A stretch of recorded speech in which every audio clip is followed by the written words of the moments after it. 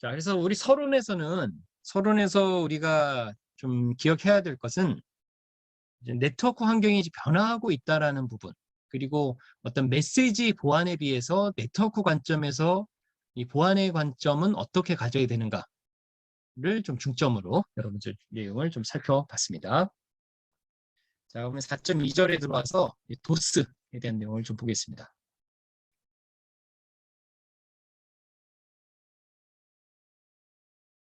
4.2절.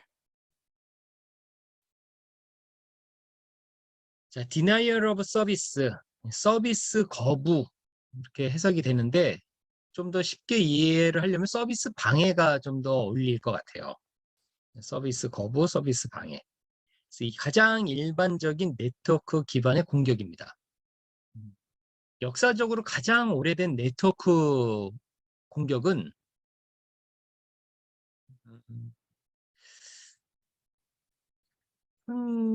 그러니까 1차 세계대전 때 1차 세계대전 때 여러분 전파가 언제쯤 등장했죠? 전파?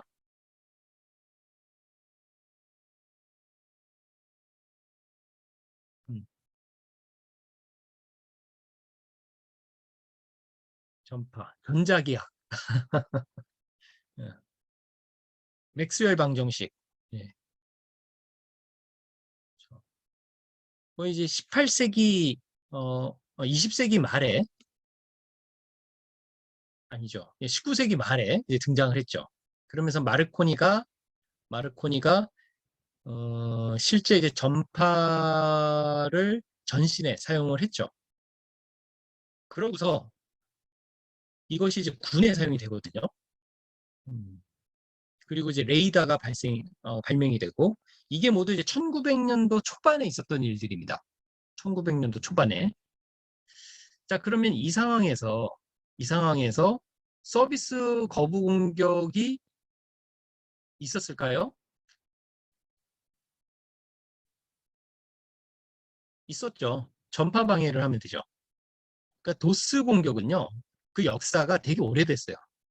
그러니까 어떤 인터넷이 만들어지고 해킹이 막 이렇게 많아지는 현재의 얘기가 아니고요. 이미 우리가 어떻게 보면은 유선 통신할 때도 도스 공격이 있었죠. 그거는 이제 서비스를 방해하는 거니까 뭐 전화선을 끊는 거 이런 게 이제 도스 공격이 되는 거죠.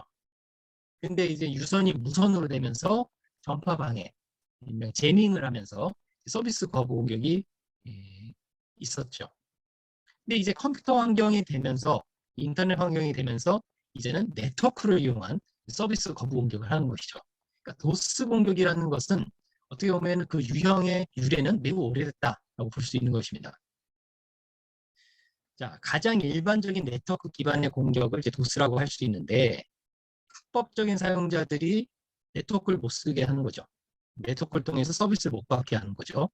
그래서 보안 목표, 기밀성, 무결성, 가용성 중에서 도스 공격은 바로 그렇죠. 예, 우리 심영사 학생 바로 답이 나왔네요. 가용성, 가용성을 저하시키는 공격이 되겠습니다. 패키의 종류에 따라서 도스 공격들이 좀 구분이 되는데요. 특별히 이제 두 가지를 좀 잘 알아두세요. 이거는 꼭 알아두셔야 돼요. 몇 가지 더 있긴 한데 두 가지는 꼭 알아두셔야 돼요. 자, 먼저 이제 3계층에서의 도스 공격은 ICMP 플러딩 그리고 스머프 공격이 있습니다. ICMP 하면은 뭐가 생각나나요? ICMP 하면은 핑이 생각나야 돼요. 핑, 핑. 핑이 ICMP 프로토콜을 사용하거든요. 자, 여기서 도스 공격을 감행하는 것을 이제 ICMP 플러딩 또는 스머프라고 합니다. 왼쪽 밑에 그림을 좀 볼게요. 자, 어태커, 공격자가 빅팀, 공격 타겟한테 ICMP 에코 리퀘스트를 보냅니다. 핑을 보내는 거예요, 핑을 보내는 거예요. 자, 근데 이 핑을 많이 보내요. 많이 보내면 얘가 이제 답을 해줘야 되죠, 얘가. 답을 해주느라 바빠요. 네. 답을 해주느라 바쁘면서 얘가 리소스가 여기에 집중하게 되는 것이죠.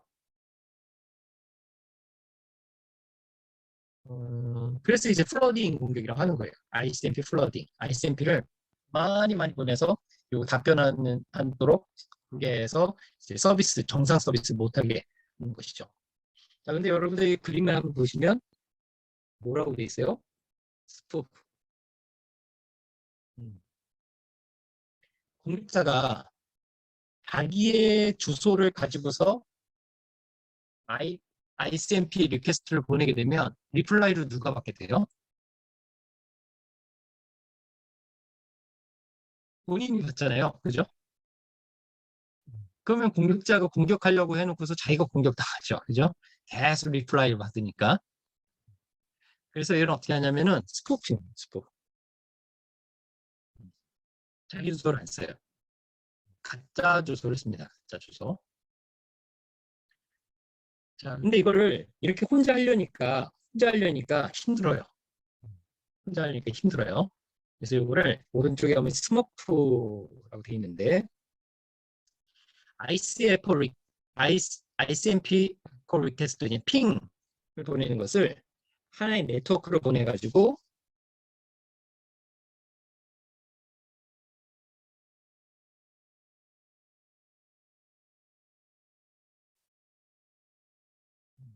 잠시만요.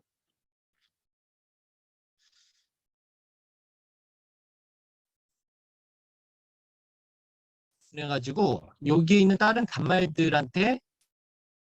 단말들이 보내도록 만드는 거예요. 이렇게 빅팀으로. 그러니까 보면은 리퀘스트한 소스 주소를 이 공격 대상의 주소로 해서 보냅니다. 그러면은 얘네들이 리플라이를 얘한테 집중적으로 해주게 되죠. 아까는 내가 해서 일일이 다 보내야 되는데 지금은 여기다가 이렇게 브로드캐스트로 해서 여기를 보내게 되면 얘네들이 리플라이를 집중적으로 요 타겟으로 보내게 되는 것이죠. 그래서 요거를 이제 증폭 효과라고 그래요. 증폭 효과. 하나로 보냈는데 여러 군데에서 이것을 증폭해서 보내는. 그래서 이제 디도스 공격 효과를 높이는 거죠. 근데 얘를 이제 스머프라고 하는 이유는요. 이런 스머프라는 애니메이션을 아는 학생들이 있을까요? 어, 매우 오래된 애니메이션인데요. 예, 파란색의 단쟁이처럼 묘사한 것이죠. 그래서 스머프 어떻게라고 합니다. 그래서 이거는 3계층의 IP 계층의 ICMP를 이용한 도스 공격입니다. 자, TCP에서도 가능합니다. TCP 계층 4계층에서도 자, 여러분들 씬 플러딩 있어요. 씬 플러딩. 자, 씬 하니까 생각나는 거 있나요?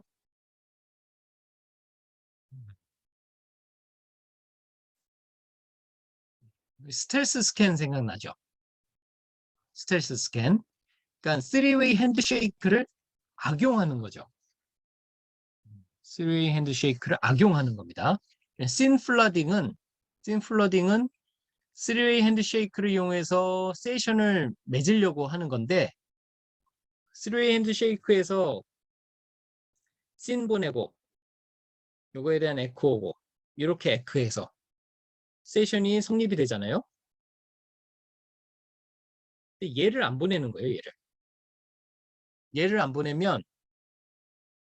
보내면 이쪽 수신자 측에서는 계속 기다려야 돼요. 이 에크가 올 때까지 기다려야 돼요. 일정 시간 동안 답이 안 오면 물론 이제 요거를 취소를 하기에는 되는데 무한정 기다릴 수는 없죠.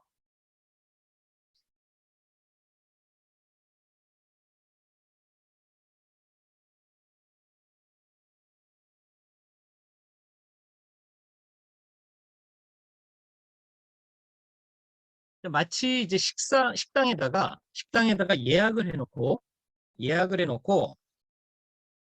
안 가는 것과 같아요. 그래서 식당에서는 예약을 받아놓고서 식탁 테이블을 준비를 해놨는데 손님이 안 오면 다른 손님까지 못 받게 되잖아요. 그런 상황이 바로 이제 씬 플러딩 어테이프다.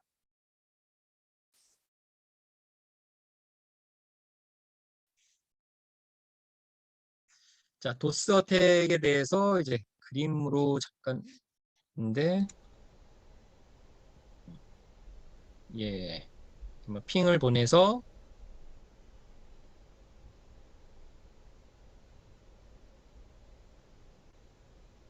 계속 보내면 뭐라고 돼 있어요? 이렇게 계속 핑을 보냄으로써 이쪽에 리소스를 고갈시키는 거죠. 그러니까 서비스를 이쪽에 응답을 하게 함으로써 다른 사람들한테 서비스를 못하게 하는 상황으로 이제 서비스를 방해하는 거죠.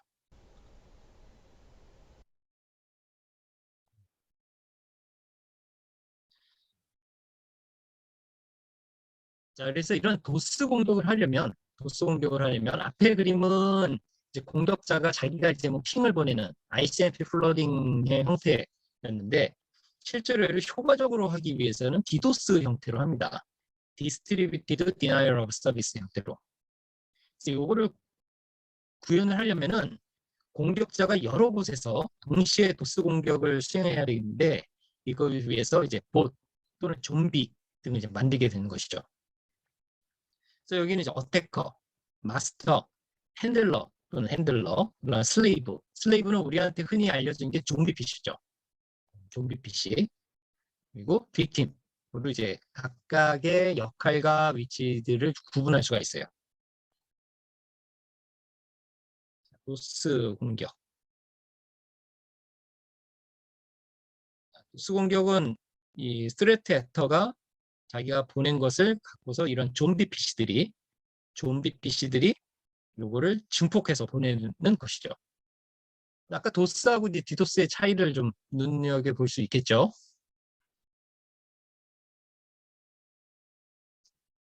이런 디도스 공격을 하려면 이런 컴포넌트들이 필요합니다.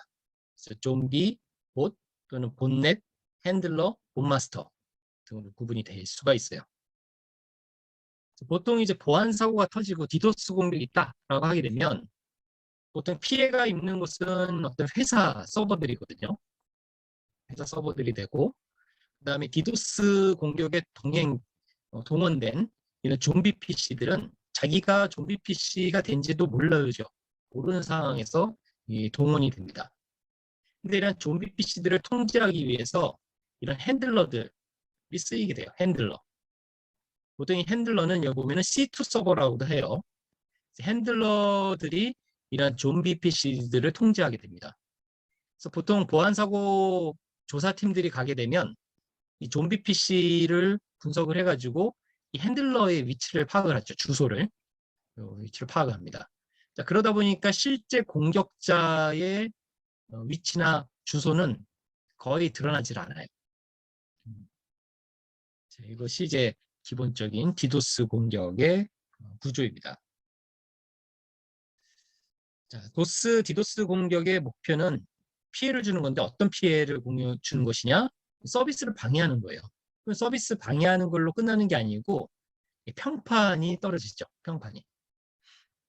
이 피해가 지금은 더 어떻게 보면 커요.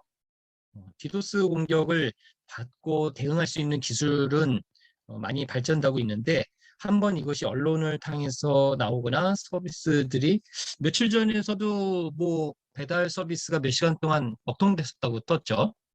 그게 뭐 사이버 공격에 의한 건지 시스템 내부 기술의 문제인지는 모르겠지만 어쨌든 간에 그런 일이 있기 때문에 평판이 급격히 떨어지게 된 것이죠. 그러면서 고객들이 다른 서비스를 사용하게 되는 문제가 발생됩니다. 자, 이런 이제 서비스 거부 공격의 결과는 심각한 경우 서비스가 정지돼 버립니다. 시스템 하트 상태가 되는 거죠. 또는 성능이 저하돼요. 저하. 이런 거는 이제 관리자 입장에서는 찾기가 되게 어렵습니다. 지금 사용자 트래픽이 많이 늘었는데 이게 정상적인 트래픽의 증가인지 사이버 공격에 의한 건지 이거를 알기가 되게 어려워요. 왜냐하면 프로토콜 규약을 따라서 이루어지는 형태이기 때문에 이게 불법적인 공격인지 아니면은 정상적인 상황인지 구분하기가 되게 어려운 거죠. 자, 최근 이제 디도스 공격의 추세 특징이 좀 있는데요. 첫 번째 특징은 조직화, 체계화되고 있다는 겁니다. 이게 거의 사업화되고 있어요.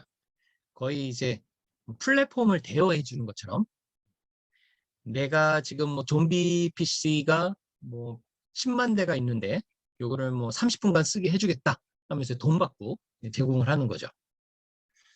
그리고 IoT 디바이스를 악용하는 사례가 늘고 있습니다. IoT 디바이스. 그러니까 개인 PC는 최소한 이제 백신도 설치하고 또 사용자들이 계속 쓰니까 좀비 PC화 하기가 쉽지가 않은 상황인데 웹캠이라든가 아니면은 요새 하다못해 냉장고도 이제 네트워크에 연동이 돼 있잖아요. 이런 IoT 디바이스들은 백신 설치가 어렵습니다. 그리고 업데이트도 잘 안 되죠. 이런 곳을 이제 공격해서 얘네들을 좀비 PC화 하는 거예요. 그래서 대표적인 사건이 2016년도에 미라이 본넷 사건이 있었습니다. 미라이 본넷.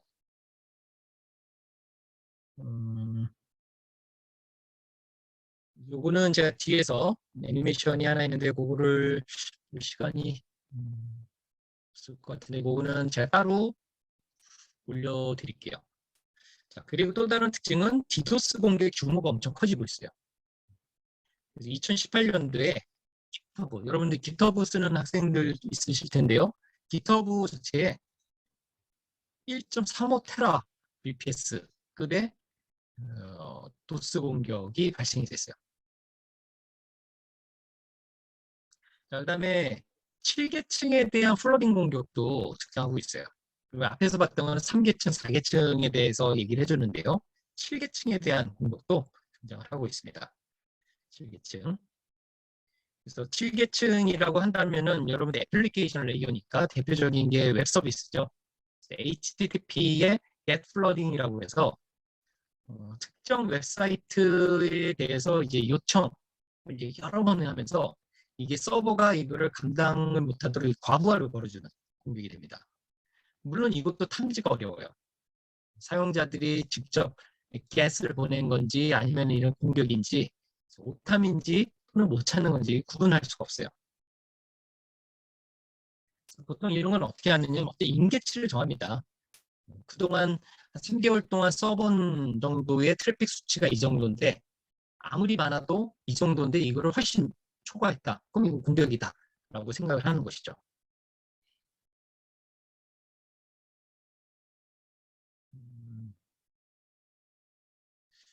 이거를 지금 시간이 볼까요? 네.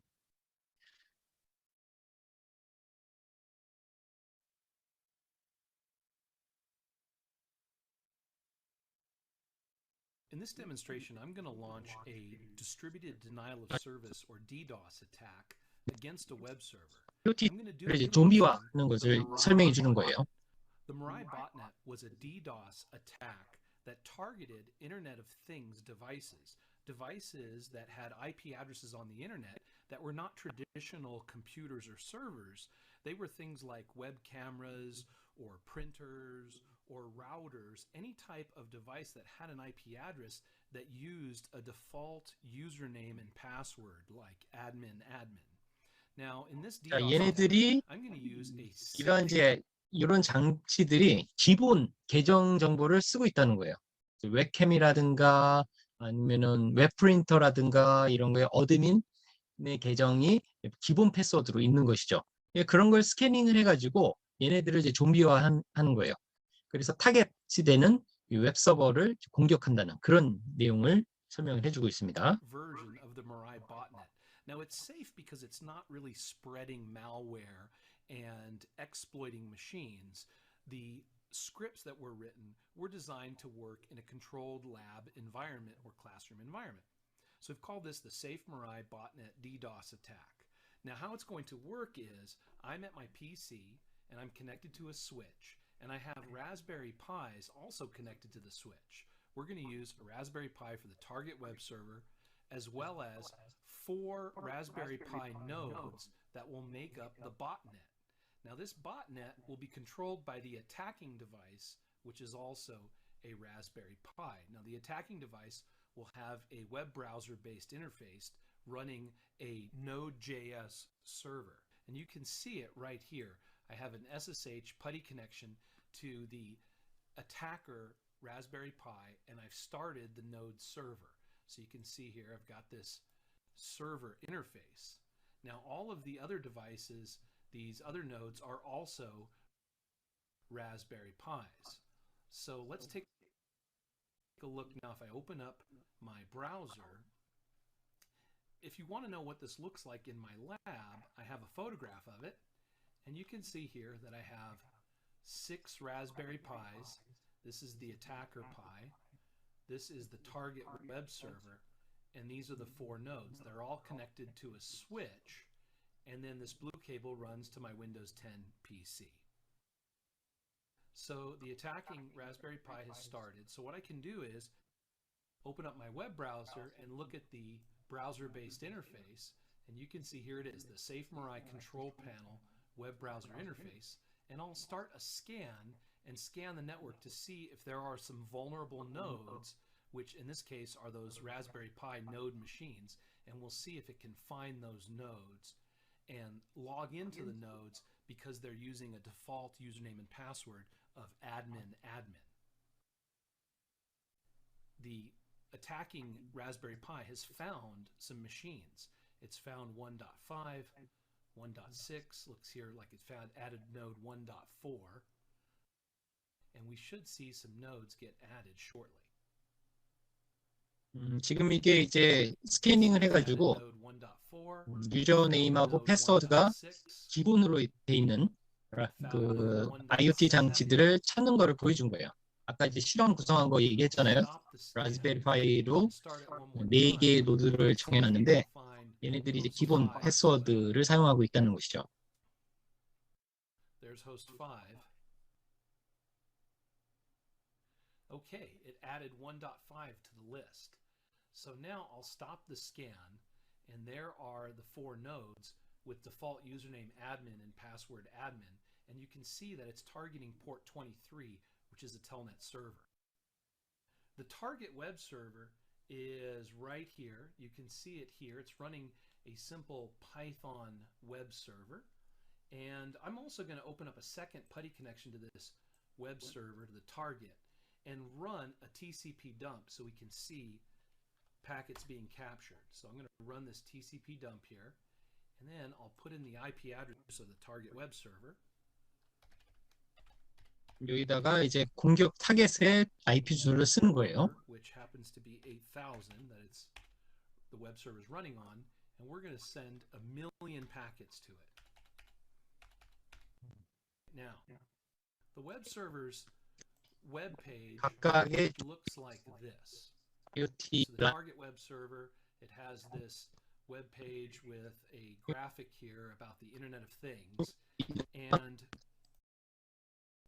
in Firefox, I'm going to open up a fresh window, delete this, and what I'll do is I'll clean out my cache, and we'll see how long it takes for, once the attack is started, for the server to respond. So here we go. We've got a fresh window here. 정도로 페이지가 뜨고 있는 걸 보여주고 있는 거고요. Okay, and I'll put this in. We're going to see how long does it take to bring up the web page once the attack starts.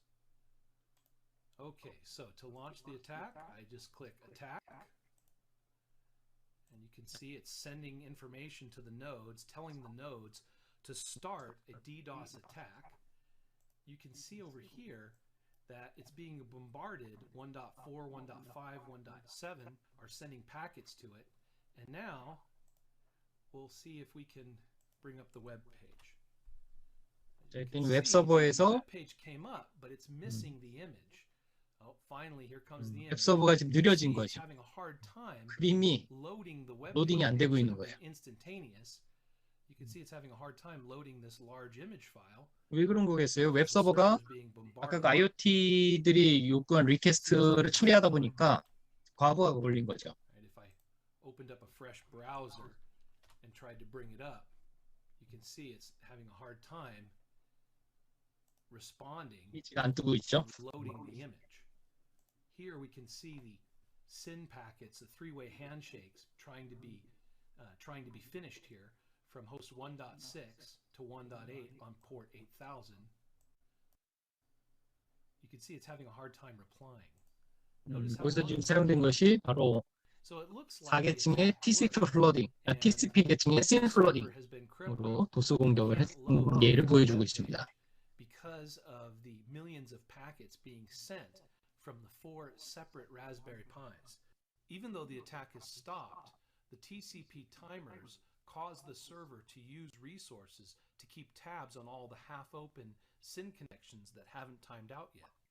Now, the Mirai botnet was created by some 20-year-olds who were, their original intention was to launch DDoS attacks against a Minecraft server. However, they ended up using it for more nefarious purposes and even released their code to the wild, and people started launching, and this is in 2016, DDoS attacks against a major DNS service provider, a well-known university, and a country's internet infrastructure. Those companies that were affected were not able to maintain availability to their customers and created a situation of huge financial losses. All right, looks like the attack is now over. Let's see 그래서 if we 이게 can find the 2016년도에 information 있었고 come up. 2017년도에 요걸 했던 사람들이 잡혔어요. 미국인인데 잡혀가지고 10년 징역형에 2.5억 원 정도 벌금 냈다고 해요. 엄청난 피해를 끼쳐서 아까 얘기했듯이 뭐 대학이라든가 DNS 서버라든가 여기를 이제 공격 타겟으로 해가지고 했기 때문에 좀 명백한 범죄 행위가 된 거죠. 아예 지금은 이제 서버가 뜨지 않고 있는 걸 보여주고 있습니다.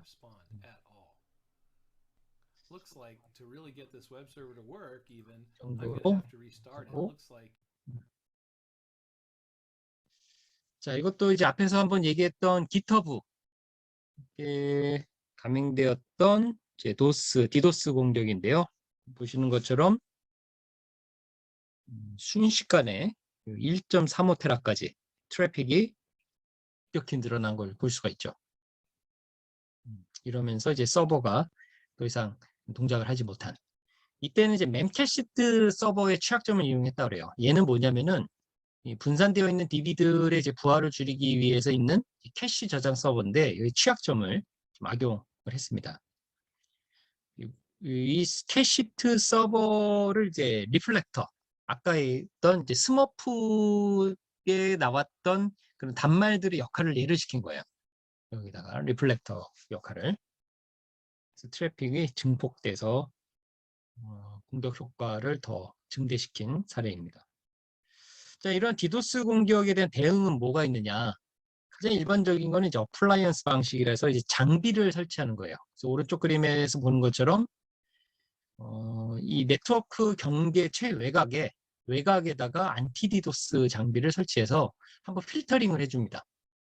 필터링을 해줘요. 그래서 SYN 플러딩이라든가 ICMP 플러딩이라든가 이제 알려져 있는 디도스 공격에 대한 패턴들을 필터링을 해줘요. 그 다음에 이제 방화벽으로 차단해주고 내부망으로 들어오는 형태가 되죠. 위치를 좀 잘 보세요. 위치를. 얘를 최외곽에 돼 있고 방화벽에 있고 내부에다가 IPS, IDS를 놨는데 요거는 이제 IPS를 주로 이렇게 하나의 라인으로 설치를 합니다. 그래서 앞에서 좀 더 크게 필터링을 해주고 좀 더 줄어든 트래픽에 대해서 정밀 검사를 하고 더 줄어든 거에 대해서 더 정밀 검사를 하고 이런 형태로 트래픽을 줄여나가면서 이제 관리를 하게 되죠. 근데 이런 거는 소량이나 정밀 타격형 공격에 유리해요. 그래서 앞에서 봤던 맨캐시드를 이용한 GitHub 공격 같은 것처럼 한 것은 얘가 버텨내지 못해요. 그럼 어떻게 해야 되느냐? 서비스 방식을 씁니다. 서비스 방식. 보통 이제 CDN이라고 하는데요. 컨텐트 딜리버리 네트워크, 스크러빙 센터 등을 이제 클라우드로 이제 연동을 해가지고 우회 경로를 만들어주는 거예요. 근데 이런 것들을 이제 중소기업 업체는 별도로 이런 걸 구현하기 어렵잖아요. 그래서 우리나라에서는 키사에서 한국인터넷진흥원에서 디도스 사이버 대피소를 운영해주고 있습니다. 그래서 이런 대규모 디도스 공격에서는 이런 사이버 대피소를 활용을 하면 돼요. 이것이 바로 이제 디도스 사이버 대피소인데요. www.boho.or.care 이렇게 서비스를 제공을 해주고 있습니다. 그래서 그 회사의 이제 메인 서버 도메인을 여기다가 이제 저장을 해주고 우회 경로를 만들어주는 건데, 실제 이제 서버를 옮기지 않고서도 이 도메인 주소를 바꿈으로써 이제 서비스 혜택을 받을 수가 있는 것입니다. 무료예요.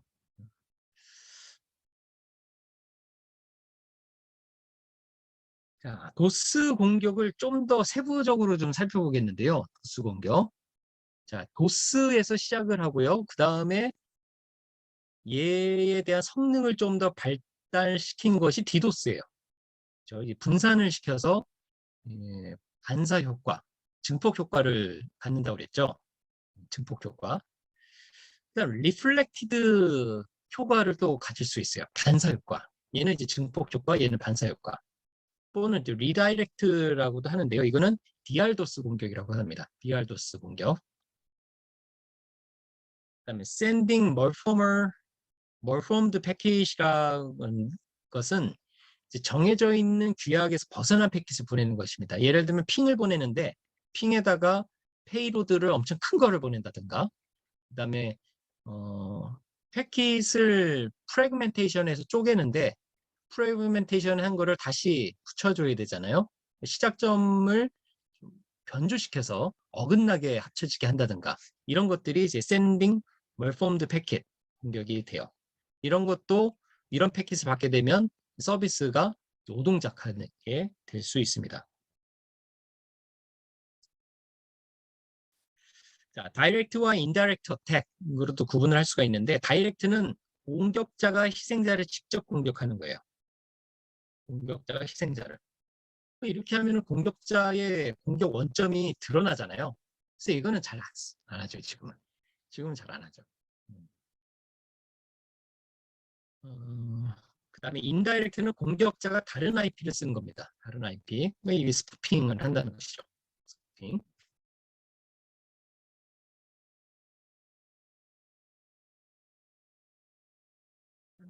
디도스 공격은 우리 앞에서 봤던 것처럼 본넷을 이용해요. 본넷. 좀비 PC들을 이용을 해서 얘네들을 이용해요. 충분한 수량을 갖춰가지고 공격을 하게 되죠. 이렇게 함으로써 첫 번째 이득은 대리 공격의 효과가 있는 거고요. 대리 공격. 두 번째 효과는 분산 공격의 효과가 있는 거죠. 이러면서 이제 증폭을 시키는 겁니다. 그럼 이제 이런 봇들을 제어하기 위한 핸들러가 필요하죠. 이거를 커맨드 앤 컨트롤 서버, C2 서버라고 합니다. 이렇게 함으로써 공격 원점을 추적하기 어렵게 만드는 그런 공격자의 이점도 있어요. 또 오른쪽 밑에 그림을 보시면은 이제 어태커가 이 핸들러를 통해서 이 봇들을 제어하는 거죠. 이게 가장 현재의 일반적인 디도스 공격의 구조예요. 왼쪽은 이제 어태커가 직접 하는 경우죠. 자, 리플렉트. 반사 효과인데요. 반사 효과. 반사 효과는, 자, 밑에 그림을 보면은 공격 효과를 증폭하는데 반사 효과를 씁니다. 이게 왜 반사인지 보면요. 자, 공격자가 이 호스트들한테, 자, 이 서버가 이런 호스트 서버들한테 어떤 패킷을 이렇게 보내잖아요. 그러면 얘가 이 각각의 호스트한테 리다이렉트를 보내요. 리다이렉트. 그러면은 얘네들 리다이렉트들은 서버에 얘네들이 이제 접속을 하게 되는 것이죠. 내가 직접 이런 서버에 대한 제어권을 갖는 게 아니고, 이런 리다이렉트를 함으로써 제어권을 내가 이제 조정을 하는 거죠. 직접 가는 게 아니고. 그래서 오른쪽도 그림을 보시면은 이제 DR도스, 이거를 이제 도스 공격하고 이제 연관을 져서 만들어낸 그림이에요. 공격자가 이 희생자한테 보내는 데 있어서 이 리퀘스트를 서버들한테 보내고 이 서버가 빅팀한테 가는 형태가 되는 거죠. 그래서 만약에 서버에 대한 직접 제어권을 가지려면 이 서버들을 해킹을 해야 되잖아요. 근데 얘네들은 그렇게 하지 않고 서버한테 변조된 주소로 이렇게 리퀘스트를 보내고 서버들이 빅팀의 주소로 리스폰스를 하는 형태가 되는 거죠. 서버 입장에서 보면은 정상적인 사용인 거예요. 피해자만 엄청난 피해를 입는 게 되는 거죠.